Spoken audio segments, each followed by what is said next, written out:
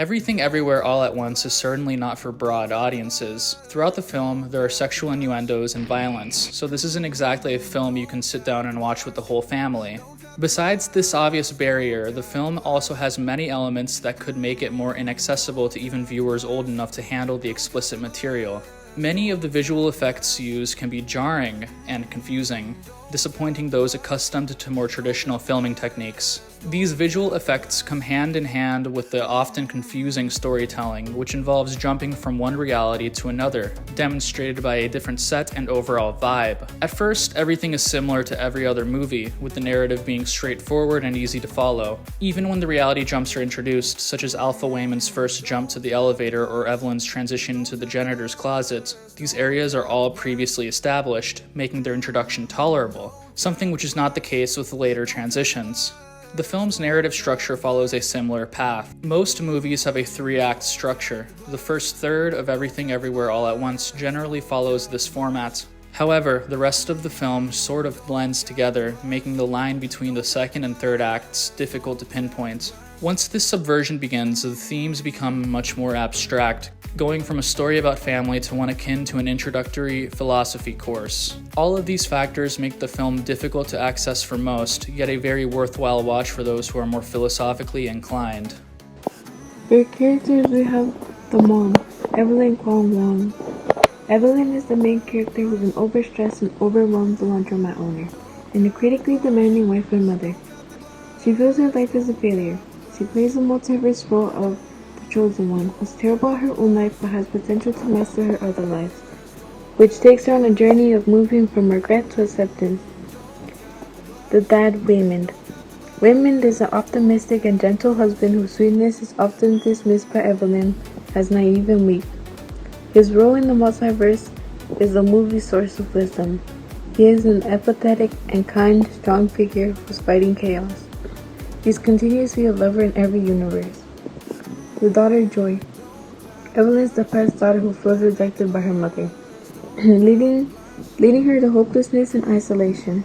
Her other role as Jobu Topaki is a supervillain version of Joy, whose mind is dissociated because of her lore, where she experienced everything at once. Her personality is nihilistic and she believes nothing matters, and seeks to end reality with everything baby. The grandpa Gong Gong. He's seen as Evelyn's demanding, strict, and old-school father. His expectations were unforgiving, making Evelyn feel pressured. His role in the multiverse is the voice of judgment who makes Evelyn decide between saving her life or sacrificing her daughter. Accountant DeAndre. The rude, old, and grumpy IRS auditor who represents soul-crushing bureaucracy and financial stress. A dysfunctional family owns a laundromat that is being audited. The matriarch, Evelyn, longs for a better life than this. Her husband, Waymond, senses this sentiment, prompting him to file for divorce. Caught up with a failing laundromat, Evelyn doesn't even realize when Waymond hands her the divorce papers, instead telling him to prepare for her visiting elderly father. Fueling her dissatisfaction is her inability to come to terms with the sexuality of her daughter, Joy, resulting in Joy storming off. Shortly afterward, Waymond, Evelyn, and her father head to a meeting regarding the audit of their business. It is here that the first encounter with the alternate universe occurs when Waymond tells Evelyn that she is the only chance at stopping an existential threat to reality itself. Although Evelyn initially has no interest in helping save the multiverse, the encounter leaves a clear impression on her mind. Eventually, she can't refuse, ignoring the meeting to read the instructions Waymond had left her. Upon doing this, she is transported to a pocket universe where she learns more about what must be done. Even now, she can't fully commit, worrying that her husband will mess up the audit. Ironically, Waymond had the situation under control, and her paranoia ends up worsening everything. Now, through her deeds alone, she has no choice but to embark on a journey to save the multiverse by tackling the root of her miseries. For acting, we have Michelle Yao as Evelyn. She played everything amazingly. She did a good job depicting a tired and overstressed mom to a fighting action star and a glamorous actress, yet she maintained an emotional persona that held the movie together. Kitty Hui Kwan as Waymond, a super sweet and kind man who showed his kindness was his biggest power. He played a shy husband, wealthy businessman, and an action hero so well. Stephanie Hasu as Joy or Jobu Topaki. Joy's character is a sad character as a sad daughter who longs for her mother's love and acceptance. Her role as Jobu, a powerful broken villain who's empty, depicts a character who carries the pain from seeing too much.